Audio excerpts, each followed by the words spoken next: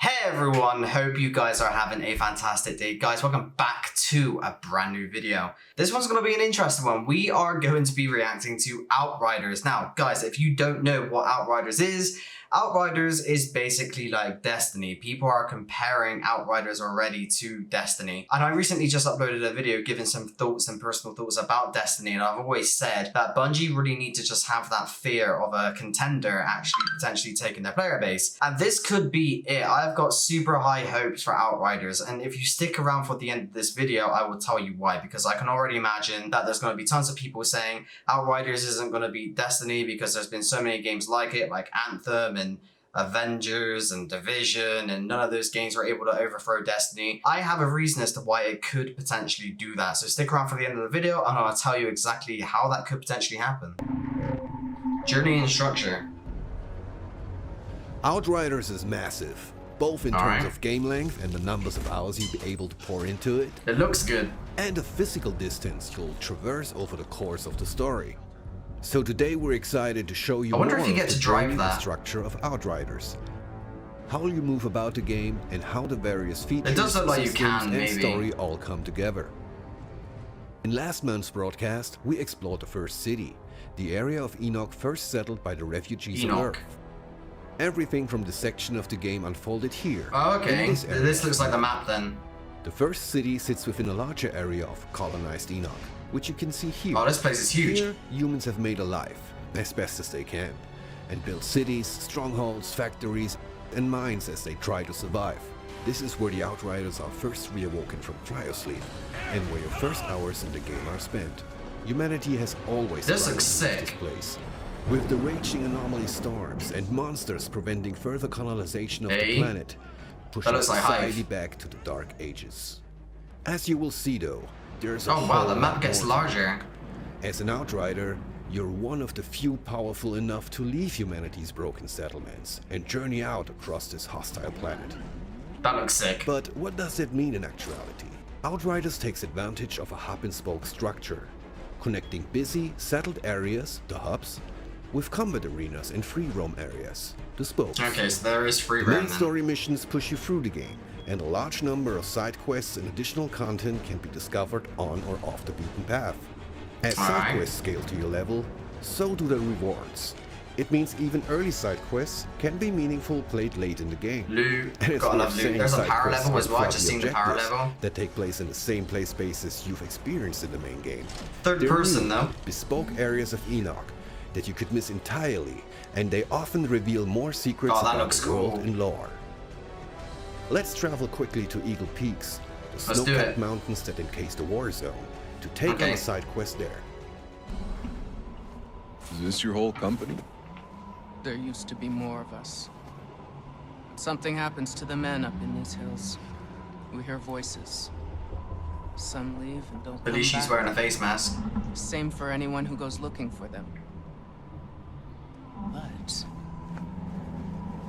maybe an altered could have more luck in finding them. Could you lend a hand?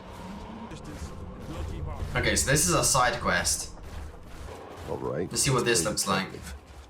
If I was a missing soldier wandering, it looks like Vigilance Wing. For those of you who don't know Vigilance Wing is an exotic pulse rifle with Destiny 2, and it looks exactly like that gun that's on his back. Oh, you look creepy. Come on, don't do this! I just came looking for my friend! He belongs here now! We are doomed! Today, the storm welcomes an apostate into its loving embrace! So it seems the last remaining survivor of our missing soldiers was just sacrificed to the anomaly? We need to have some words with this deadly cult and its leader. Oh, that's a big gun. Ooh.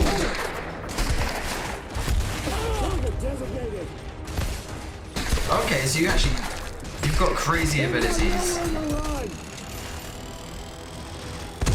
I know that there are different classes.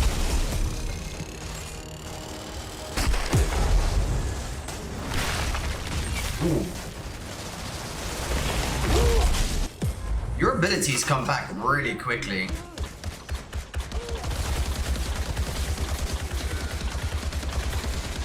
That guy's an absolute bullet sponge.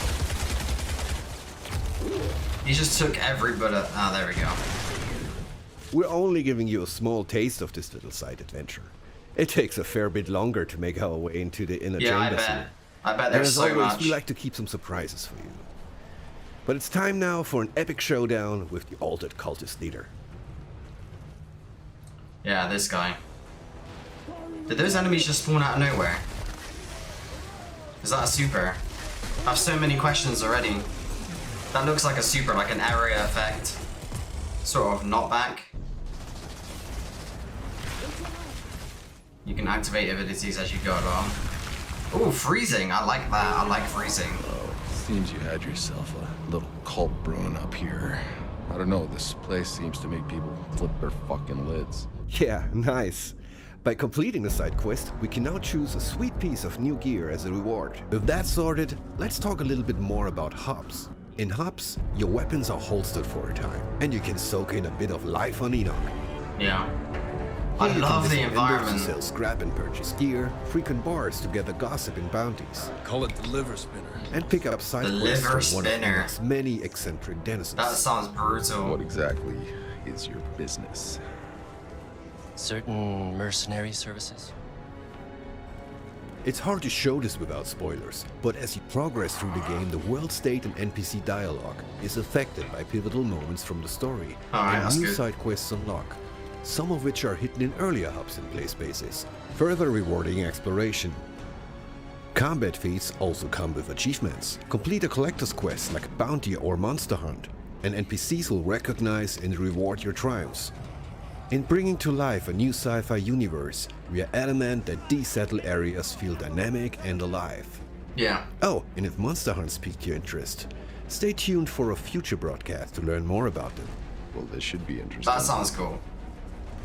Crucially, hubs also allow you to check in on your Outriders truck and crew, which will grow as you progress throughout the game. That's neat. We're going to talk more about the Outriders truck in the future, but its primary function is to transport you through the world, bringing many of the features of a town with it. Okay. All the functionality you'd expect from a hub hits the road with you. The weapon vendor, can I drive it though? I want to know if I can drive it. The truck is a moving RPG village. Now you don't operate the truck yourself. Oh, alright. That job falls to your driver, Jakob, who we will talk more about later. But the customization options I are wanted to drive it. Imagine just driving it and setting up camp journey. wherever you go. Okay, let's pack up and hit the road now. I need to head to the forest to continue my journey. Let's take a quick moment to introduce the crew. Your ride or dies accompany you on your quest to discover the source of the signal. Here we can see Jakob, who drives the truck and can handle any customization of the vehicle.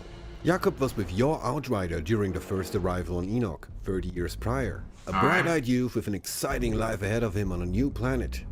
Time has not been kind to poor Jakob. Here's Sahidi, who we met in the last broadcast. One of the few people on Enoch with a grasp on science and how to get mankind out of the pickle they happen to. It's always good to have that. 100%. You can talk to Sahidi for weapon mods and crafting. Ooh. We'll be talking more about this topic in the next broadcast.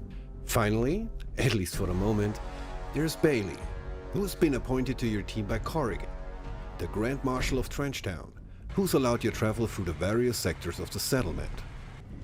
Let's go. Bailey hates the arrangement as much as you do, but is forced to join the journey. In camps like this, so it's like a Bailey also acts as a gear vendor, with a host of unique weapons and armor you can trade. I love that. Look at the power levels. This Other reminds me of notable Destiny. features of a given camp? Your stash, where you can store and withdraw equipment that you might not be able to hold on your Dismantle person. stuff, use it for The stash also allows you to move upgrades. gear freely between your roster of player-built characters. Oh, that looks Next to the epic. hammock here, you'll always be able to change and customize the look of your Outrider. Okay. And of course the matchmaking terminal, which is hopefully self-explanatory. Yeah. Before I'm leaving you for this month's broadcast, I'm going to take you beyond the safe confines of the Forest Enclave. It's a beautiful night, so let's head out there and explore. Let's do it. Let's see some stuff. Look at this gorgeous environment. You remember my tunes I used to play? Like it was yesterday. I can still remember some of them. Wow.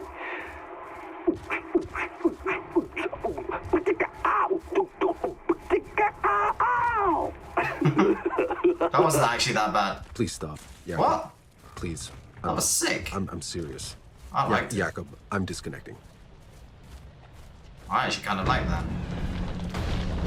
Oh, hello.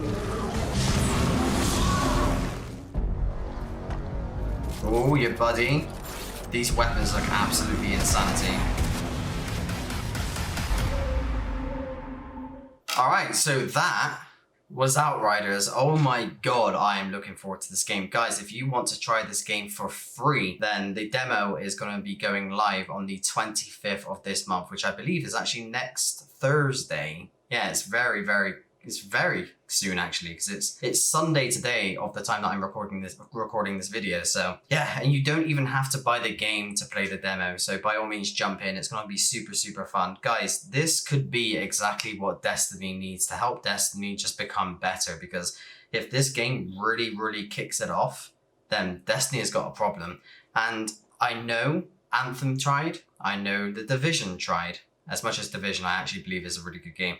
Avengers, the new Avengers game with the whole power system and loot-based system, they tried to do the same thing as well. It didn't work. It didn't work. Destiny is very good at being Destiny. However, something that all of these games didn't do that Outriders is doing is releasing so much to the public. You know you're proud of something and you know you're confident about something when you're throwing as much information about your thing out there. They're literally making the demo free of charge for everyone to play, regardless of whether or not you paid for it. And it's going to be there until the game releases, which is on April 1st. To me, that is a company that know what they're doing. That is a company that's confident about their product. And that is a company that have just got this on the ball. The power system, I think it's going to be really interesting. The weapons look absolutely incredible. There's going to be exotic weapons in this game as well, just like Destiny 2 do it. Only in this game, it's called legendary weapons. I did read that none of the story stuff is going to be recycled. It's always going to be new stuff. So yeah, I'm really excited to see how well this game does. I've got my absolute fingers crossed, absolutely hoping that they kick it off with this, because it seems like you've got some really cool abilities. It's not just gunplay. Yeah, it's going to be awesome. I can't wait to get my hands on it. I'm definitely going to be going live when this game comes out. Definitely stick around for that. Guys, let me know your thoughts and opinions in the comment section below. Do you think Outriders could be the thing that Destiny needs to put them back into gear and get Destiny back on the roadmap when it comes to story-driven content? So yeah, guys, leave a like on this video if you did enjoy watching, and I'll see you in the next one. Take care, guys.